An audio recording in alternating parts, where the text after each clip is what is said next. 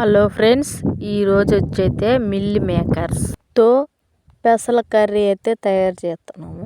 ఉల్లగడ్డని అయితే తీసుకొని సన్నంగా అయితే తరుక్కొని ఉడకబెట్టుకొని పక్కనైతే పెట్టుకోవాలి. టమోటాలు 2 ఎర్రగడ్డలు 3 పచ్చిమిరకాయలు అయితే తీసుకొని సన్నంగా తరుక్కొని ప్లేట్లు అయితే తీసి పెట్టేసుకున్నాను. అల్లము తెల్లగడ్డలు తీసుకొని మెత్తగా దంచుకొని కూర గిన్నెకి అయితే తీసి పెట్టేసుకున్నాను. తర్వాత వచ్చి పొయ్యి మీద బాండ్లు అయితే పెట్టేసుకుందాము.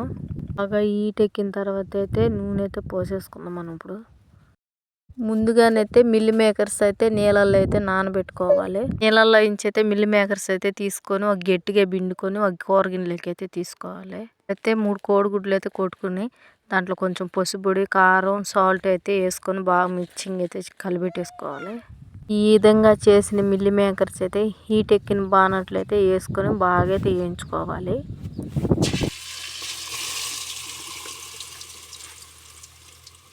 వీటిల్ని సన్నటి మంట మీద అయితే దూరగా అయితే వేయించుకోవాలి. ఎరుపు రంగు వచ్చిన వారికి అయితే వేయించుకోవాలి. ఇప్పుడైతే చూడండి, మిల్ మేకర్స్ కోడిగుడ్డు అయితే బాగా అయితే ఈ విధంగా అయితే వేయించుకోవాలి. కొంచెం ఎరుపు కలర్లో వచ్చిన వారికి అయితే వేయించుకుంటే మంచి టేస్ట్గా అయితే ఉంటుంది కూర. చూసారు కదా, ఈ విధంగా అయితే వేయించుకొని బాండ్లు అయితే కిందకి దించేసుకొని కూర గిన్నెలకి అయితే తీసి పెట్టుకోవాలి. తీసి పెట్టుకునేటివి పక్కన పెట్టుకున్న తర్వాత అలా ఉల్లగడ్డలు ఉడకబెట్టినవి తీసి పెట్టుకున్నాం కదా, అయితే ఇప్పుడు తీసుకొని బాణలు అయితే పెట్టి అవి అయితే తీసుకొని బాణట్లు అయితే వేసుకొని ఇప్పుడైతే ఈ బాణట్లు వేసుకొని బాగా దూరగా అయితే వేయించుకోవాలి.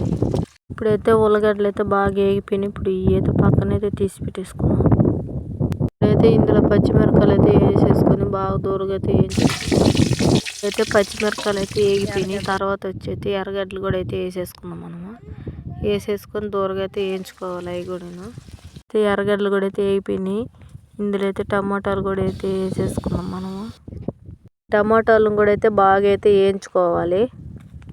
టమాటాలు కూడా అయితే బాగా అయితే వేయించేసుకొని ఇవన్నీ బాగా వేగిపోయినాయి కాబట్టి దాంట్లో మనం తీసి పెట్టుకున్న అల్లం తెల్లగడ్డ పేస్టు అయితే వేసేసుకొని బాగా అయితే కలిపెట్టుకోవాలి.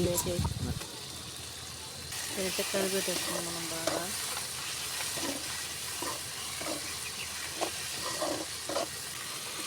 మసాలా అయితే ఇప్పుడు బాగా అయితే వేగిపోయింది. అయితే 1 స్పూన్ పసుపు, స్పూన్ కారం అయితే వేసి 2 కలిసే విధంగా మళ్ళీ అయితే వేయించుకోవాలి. రుసుకు సరిపడా ఉప్పు అయితే కొద్దిగా వేసుకొని ఆ ఉప్పు వేసుకునేది ఇందులో అయితే బాగా అయితే కలిసే వరకు అయితే వేయించుకోవాలి. మొత్తం అయితే వేయించేసుకున్నాము. తర్వాత మనం తీసి పెట్టుకునే మిల్ మేకర్స్ అయితే ఇందులో అయితే వేసేసుకొని బాగా అయితే కలిపెట్టుకోవాలి. వాటితో పాటు అయితే మనం తీసి పెట్టుకునే ఉల్లగడ్డలు ఇందులో అయితే వేసేసుకోవాలి. ఈ రెండిట్లకి మసాలా బాగా కలిసేట్టుగా అయితే వేయించుకోవాలి. ఇప్పుడైతే బాగా అయితే కలిసిపోయింది.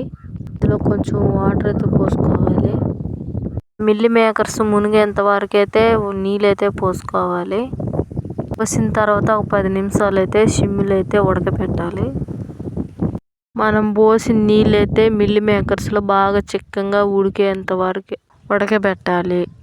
చూసారు కదా ఫ్రెండ్స్, కూర అయితే అంత చిక్కగా అయితే వచ్చేసినాదో. ఇప్పుడైతే మనకి మిల్ మేకర్స్ పెసల కర్రీ అయితే రెడీ అయిపోయింది. కానీ నచ్చితే ఒక లైక్ చేయండి. ఇటువంటి వీడియోలని మీరు మళ్ళీ చూడాలనుకుంటే మా ఛానల్ని సబ్స్క్రైబ్ చేసుకోండి. తప్పకుండా మీరు ఈ మిల్ మేకర్స్ కూర ట్రై చేయండి. ట్రై చేసి ఎలా వచ్చిందో కామెంట్ చేయండి.